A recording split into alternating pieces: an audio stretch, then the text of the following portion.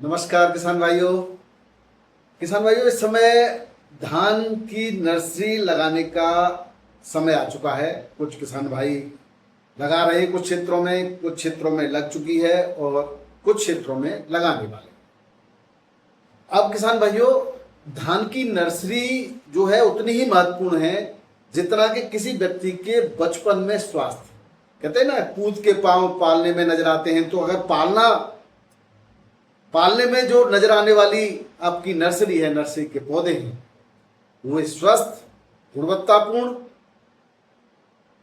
होंगे तो निश्चित ही आपकी फसल भी ऐसी होगी कि गुणवत्ता तो होगी ही और उत्पादन भी आपको भरपूर मिलेगा। आज के वीडियो में किसान भाइयों कुछ ऐसी महत्वपूर्ण बातें हैं जिनको आपके लिए जानना बहुत जरूरी है। थोड़ी सी लापरवाही बहुत बड़े नुकसान को आमंत्रण देती है। किसान भाइयों, आज हम धान की बुवाई का समय, मिट्टी का शोधन, भूमि का चयन, भूमि की मात्रा, बीजों का चयन, बीजों की मात्रा, बीजोपचार, क्यारी निर्माण से लेकर के खाद उर्वरक का चयन और क्या क्या मुख्य सावधानियां हैं, उन सब विषयों पर चर्चा करने वाले हैं। सबसे पहले किसान भाइयों, अच्छी, निरोगी और पूर्ण फसल और बेहतरीन उत्पादन के लिए जो महत्वपूर्ण बातें हैं उनको आपके लिए विशेष जानना है। इसलिए कृपया करके जो भी किसान भाई इस वीडियो को देख रहे हैं पूरा देखें और अपने साथियों को शेयर करना बिल्कुल न भूलें। किसान भाइयों, हालांकि मेरे चैनल पर पूर्व में भी नर्सरी के लिए कई सारे वीडियो दिए गए हैं। आपको अगर और ज्यादा आवश्यकता हो तो उनको भी देख लीजिएगा। यहां मैं आपको सबसे पहले बताना चाहता हूं कि नर्सरी लगाने का वास्तविक समय क्या होता है। अलग अलग क्षेत्र के हिसाब से अलग अलग समय हो सकता है, लेकिन मैं आपको बता दूं, जब आपको अपनी मुख्य फसल यानी कि धान की फसल का रोपण खेत में करना हो, उससे 25 दिन पूर्व नर्सरी की बिजाई करनी चाहिए। अब किसान भाइयों, नर्सरी की बिजाई करने से पूर्व क्या ध्यान रखना चाहिए, इसकी अगर हम बात करें तो विशेष बात के उस भूमि का आप चयन करें जो या तो तराई के क्षेत्रों में हो, अर्थात किसी तालाब के किनारे की भूमि हो, किसी नहर के किनारे की भूमि हो, किसी बाग बगीचे के पास की भूमि हो, इस तरह की भूमि का चयन करें। अगर ऐसा संभव नहीं हो तो कुछ सावधानियां रखनी चाहिए और उसके क्या उपाय हैं उसकी हम आगे चर्चा करने वाले हैं। अब भूमि का चयन करने से पहले एक बात और मैं आपको बता दूं, ऐसी भूमि का चयन न करें कि तुरंत कोई फसल हमने उसको में से हार्वेस्ट की है और फिर उसकी जुताई करके फिर हम धान की नर्सरी लगा रहे हैं। ऐसी फसल में रोग आने की संभावना रहती है, साथ ही नर्सरी कमजोर होने की भी संभावना बनी रहती है। तो इसके लिए ऐसी भूमि का चयन करें जो पिछले 1-1.5 महीने से खाली हो, उसमें लगातार जुताई होती रही हो यानी मिट्टी पलटती रही हो और 10-15 दिन कम से कम कड़ी धूप लू उस पर लगी हो। अगर ऐसा नहीं हुआ है तो आप उससे 15 दिन पूर्व यानी कि नर्सरी लगाने के तैयारी से 15 दिन पूर्व गहरी जुताई करके उसकी मिट्टी को पलट दें। मिट्टी पलटने से किसान भाई उसके अंदर हानिकारक जीवाणु और हानिकारक फंगस स्वतः ही नष्ट हो जाती है। इसको बोलते हैं भूमि का शोधन, जो कि ताप के द्वारा या मौसम के द्वारा किया जाता है। इसके अलावा आप किसान भाइयों, जब आपको नर्सरी लगानी है उससे 15 दिन पूर्व इसमें एक बार पानी भर देना चाहिए पूरी तरह से। जब पानी सूख जाए यानी कि जब खेत ओट आ जाए या जुताई को आ जाए, उससे पूर्व इसमें सड़ी गली गोबर की खाद, अब गोबर की खाद आप आवश्यकता अनुसार ले सकते हैं। उसमें आप 5 केजी आप ले लें सरसों की खली, और इस सरसों की खली में 250-300 ग्राम जो है गुड़ मिलाकर के इसको 24 से 36 घंटे पूर्व गला लें। गलाने के बाद इसको घोल करके ऐसे ही रख दें। अब खेत की जुताई करने से पूर्व उसमें आप सड़ी गली जो गोबर की खाद मिला रहे हैं, या तो उसमें सरसों की खली का घोल मिला करके उसको फेंक सकते हैं खेत में, अन्यथा जब दोबारा आप पानी भरेंगे उस समय भी डाल सकते हैं। इसी समय किसान भाइयों, एक और उर्वरक का आपको प्रयोग करना है माइक्रोन्यूट्रिएंट्स के रूप में, जिसका महत्वपूर्ण धान की फसल के लिए महत्वपूर्ण उर्वरक है, वो है जिंक। तो आप 33% मोनोजिंक या जिंक सल्फेट 1 केजी यहीं पर या तो आप सरसों की खली में मिला के दे सकते हैं, या आप जो है सड़ी गली गोबर की खाद में मिला करके इसी समय आपको दे देना है। और फिर पुनः जब आपको यहाँ पे चूंकि आपने 15 दिन पूर्व पानी भरा था और पानी सूख गया है अब, तो उसमें छोटे छोटे खरपतवार भी उग गए होंगे। इस समय पुनः एक बार अच्छी तरह से गहरी जुताई करके मिट्टी को भुरभुरा बना दें। इसके बाद किसान भाइयों, अब हम करते हैं बीज का चयन। अब किसान भाइयों, बीज का चयन और कितनी मात्रा में बीज को लेना चाहिए इसकी अगर हम बात करें तो बीज का चयन कृषि अनुसंधान केंद्र ने अलग अलग क्षेत्र के लिए अलग अलग क्वालिटी के, यानी कह सकते हैं अलग अलग वैरायटी के बीज की को रिकमेंड किया है। तो आप वही बीज लें जो आपके क्षेत्र के लिए रिकमेंड किया गया हो या आपके क्षेत्र में कंपनियां दे रही होती हैं। तो सबसे पहले, और ज्यादातर इसकी जो मात्रा की बात करें किसान भाइयों, तो मात्रा जो बारीक हाइब्रिड धान आ रहे हैं आजकल, उसकी मात्रा 5 से 6 केजी प्रति एकड़ में लग जाती है, और मोटा जो धान आता है वो 10 से 12 केजी प्रति एकड़ में लगाया जाता है। तो ये इसकी मात्रा हो गई। अब हम बात करें किसान भाइयों भूमि की आवश्यकता। तो भूमि कितनी चाहिएगी, तो मैं आपको बता दूं, जितने आपको क्षेत्रफल में, जितने रकबा में रोपण करना है उसके 10%, यानी कि हमके 10वां हिस्सा आप ले सकते हो। 10वां हिस्सा में आपको इसकी पौधरोपण करनी होती है, यानी कि नर्सरी लगानी होती है। अर्थात अगर 1 एकड़ भूमि लेनी है तो आपको 1 एकड़ भूमि में लगभग 5 बिस्वा भूमि में आपको इसका जो है क्यारी बनानी होंगी नर्सरी के लिए। अब बीजोपचार एक महत्वपूर्ण इसका फैक्टर है किसान भाइयों। अगर आपने नर्सरी लगाने से पूर्व बीज का उपचार नहीं किया है तो फंगस जनित और बैक्टीरिया जनित रोगों का खतरा बना रहता है। इसके लिए सर्वप्रथम आप जो है बीज जो भी आप लाए हैं उस बीज को 10% नमक के घोल में एक बार डाल के धो दें। इससे क्या होगा कि जो हल्के बीज होंगे, अनुपयोगी बीज होंगे या बीमार बीज होंगे, वो निथर करके ऊपर आ जाते हैं, जिनको आप अच्छी तरह से हिला करके अलग कर लीजिएगा। और उसके बाद उसको पुनः एक बार साफ पानी से मिला करके धो लें, और धोने के बाद उसको जितने बीज की मात्रा है उसके दुगने पानी से भरकर एक टब ले लें, और उस टब में इस बीज को 24 घंटे के लिए आप डाल देंगे। और इसी समय किसान भाइयों कोई भी अच्छा फंगिसाइड, जिसमें आप थाइफेनेट मिथाइल ले सकते हो, 70% पाउडर फॉर्म में आता है WPK में, इसको 2 ग्राम प्रति लीटर, यानी जितना पानी लिया उसका 2 ग्राम प्रति लीटर, करीबन 10 kg बीज के लिए 20 से 22 लीटर आपको पानी लिया होगा, तो आपको 40 से 44 ग्राम थाइफेनेट मिथाइल पाउडर जो है लेना है और उसको इसमें घोल देना है।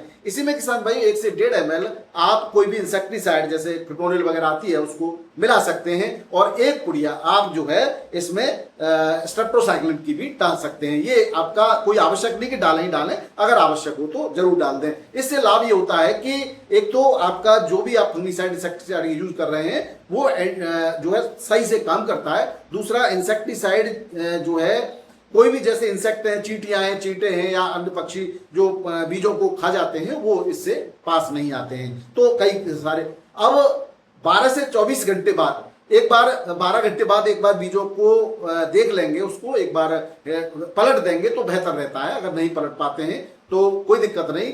12 से 24 घंटे बाद उसको उस ड्रम में से बीजों को निकाल करके किसी ऐसे कमरे में, हवादार कमरे में, जहां पर जो है बहुत ज्यादा धूप नहीं आए और अंधेरा भी न रहे, बोरी बिछा करके, जूट की बोरी बिछा करके उन पर फैला लेंगे। बहुत मोटी परत नहीं फैलानी है आपको। कभी कोई बहुत से लोग इकट्ठा कर देते हैं। इकट्ठा करने से क्या होता है कि नीचे जो बीज रह जाते हैं जिनको हवा नहीं लगती, वो सड़ने के डर रहता है। तो आप ज्यादा ज्यादा 6 इंच या 1 फुट तक की मोटाई में उनको फैला लें, और आवश्यकता अनुसार। और अगर आप ज्यादा मोटा अगर आपका ढेर हो जाता है तो उसको आप समय समय पर एक बार कुरेदना जरूर चाहिए, हवा जरूर लगती रहनी चाहिए, और ऊपर इसके ऊपर गीली बोरियां यानी जूट की ही बोरियों से आप ढक करके इसको रख दें। अब किसान भाइयों आप देखेंगे 24 घंटे, इसके 24 घंटे बाद इसको एक बात ध्यान रखें, बीच बीच में पानी छिड़कते रहें, जिससे गर्मी के मौसम में सूख जाते हैं तो सूखने न दें इनको। और उसके बाद आप देखेंगे कि छोटा छोटा जर्मिनेशन आपके सीड के अंदर आ गया है। जर्मिनेशन यानी अंकुरण जब आ गया है तो आप समझ लीजिए बीज अब बुवाई के लिए तैयार है। इधर आपने भूमि को पहले ही भुरभुरी बना के रखा था, अब वहां पर हम क्यारी बनाने का काम करेंगे।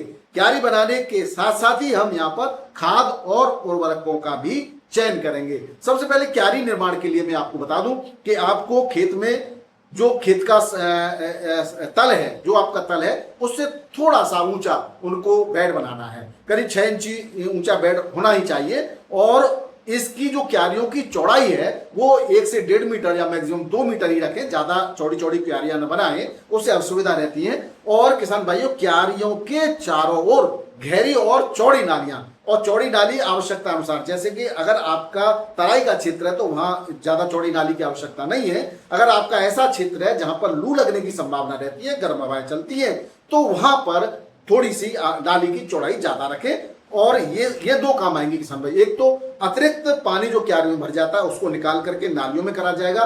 दूसरा किसान भाई, जब लू चलती है तो इन नालियों में पानी जो भरा रहता है उसको छू करके जब हवा निकलेगी क्यारियों के ऊपर से तो हवा ठंडी हो जाती है, जिससे लू लगने का खतरा बिल्कुल नहीं रहता। इस तरह से आप क्यारियों का निर्माण करेंगे किसान भाइयों। अब उर्वरक और खादों का अगर चयन करें किसान भाई, इस समय डीएपी की बड़ी किल्लत आ रही है, फिर भी मैं ये कहूंगा डीएपी को आप नर्सरी में बिल्कुल भी प्रयोग न करें। डीएपी की जगह पर आप सिंगल सुपर फास्फेट बढ़िया क्वालिटी का आप लीजिए, इसकी मात्रा 6 से 10 केजी लीजिए और इसके साथ 3 किलो यूरिया भी आप ले सकते हैं। और इसके साथ आप एनपीके, अगर आपको पास 12-32-16 है तो आपको किसी यूरिया की या नाइट्रोजन की आवश्यकता नहीं है, और एनपीके 12-32-16 4 से 5 केजी की आवश्यकता ही रहती है 1 एकड़ के लिए। मैं ये सब मानक बता रहा हूं। और अगर आपको ये भी नहीं मिल रहा है, एनपीके 12-32-16 भी नहीं मिल रहा है, तो एनपीके 20-20-0-13 का भी आप प्रयोग कर सकते हो, लेकिन उसकी थोड़ी सी मात्रा आपको बढ़ानी पड़ेगी। 6 से 8 केजी आप 20-20-0-13 का प्रयोग करें। अब किसान भाइयों, पोटास भी बहुत जरूरी है, यानी फास्फोरस जड़ों के निर्माण और बढ़वार के लिए आवश्यकता होता है।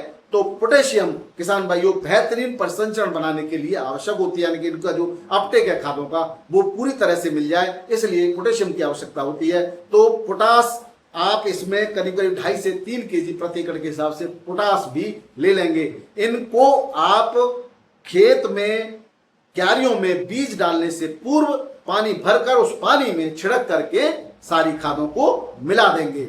इसके बाद किसान भाइयों, आपका अंकुरित बीज जो है उसको छिड़काव विधि से सभी क्यारियों में बराबर की मात्रा में बिखेर देंगे।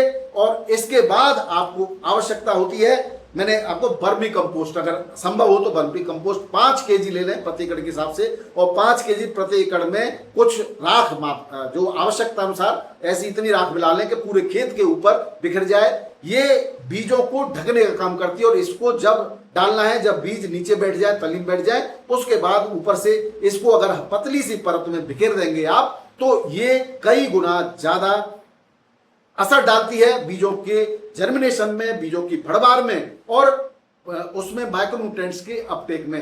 तो इससे क्या हुआ किसान भाइयों, निरोगी बहुत अच्छी क्वालिटी के और अच्छी भड़वार लिए हुए पौध आपकी पैदा होगी।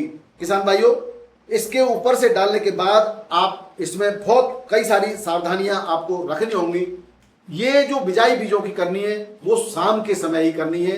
गर्मी के जब देखें कि सूर्य की गर्मी यथासंभव कम हो गई है, उसी समय ही आप बीज की बिजाई करेंगे। और एक बात ध्यान रखें, क्योंकि आपने पानी भर के बीज की बिजाई की है तो रात भर पानी को भरा रहने दें, कोई दिक्कत नहीं है। और सुबह 10 बजे से पूर्व इस पानी को आपने जो नालियां बनाई हैं क्यारियों के चारों तरफ, उन नालियों में निकाल दें। दिन में कतई भी पानी क्यारियों में भरा हुआ नहीं रहना चाहिए। और एक बात ध्यान रखें, लू लगने के चांस जब रहते हैं जब किसान भाइयों चारों तरफ सूखा होता है, गर्म हवाएं चलती हैं, ऐसे में अगर आपकी क्यारियों में पानी भरा रहेगा तो आपकी फसल को लू भी नहीं लगेगी, गर्म हवाओं का कोई प्रभाव नहीं पड़ेगा। इसलिए पानी भरा रखें। क्यारियों में पानी भरा रहने पर दोपहर के समय वो पानी गर्म हो सकता है, और वो गर्म होने से फसल को नुकसान होगा, आपकी फसल पीली पड़ सकती है, और बहुत सारे उसके माइक्रोन्यूट्रिएंट्स अपटेक भी नहीं हो पाता है, जो फोटोसिंथेसिस की क्रिया है वो भी नहीं हो पाती, यानी कि उनको पोषण नहीं मिल पाता है। ऐसी परिस्थिति में कमजोर नर्सरी होती है। तो आप पहले 6 दिन तो बिल्कुल भी पानी आपके खेत में क्यारियों में नहीं रहना चाहिए। रात के समय आप पानी लगाइए, हल्का हल्का ही लगाइए, और सुबह के समय सारा का सारा पानी क्यारियों में जो नालियां हैं चारों तरफ उनमें निकाल दीजिए। इस तरह से पहले 6 दिन में आप देखेंगे कि हरा पत्ता उसके अंदर बन गया है और काफी ऊंचाई में आपके पौधे बन गए। उसके बाद आप पौधे से 1 से 1.5 इंच नीचे ही पानी रखिएगा। इस तरह से 10 से 12 दिन आपको ध्यान रखना है। 10 से 12वें दिन आप इसमें एक माइक्रोन्यूट्रिएंट मिक्सचर का स्प्रे कर दीजिए जिसमें जिंक और मैग्नीशियम हो। ध्यान रखें, जिंक और मैग्नीशियम का मिश्रण आवश्यक है। अगर आपको माइक्रोन्यूट्रिएंट मिक्सचर मिलता है बढ़िया क्वालिटी का, बढ़िया कंपनी का, तो ठीक है, बेहतर है। अन्यथा आप जिंक सल्फेट और जो है मैग्नीशियम सल्फेट का जो है 2% घोल का स्प्रे इस पर कर सकते हैं। तो इस तरह से आपकी नर्सरी बेहतरीन हो गई है। और जब नर्सरी 25 दिन की हो जाए तो आप उससे 2 दिन पूर्व, जब आपको रोपण करना हो, ट्रांसप्लांट करना हो पौधों का, उससे 2 दिन पूर्व इसमें पानी भरना बंद कर दीजिए।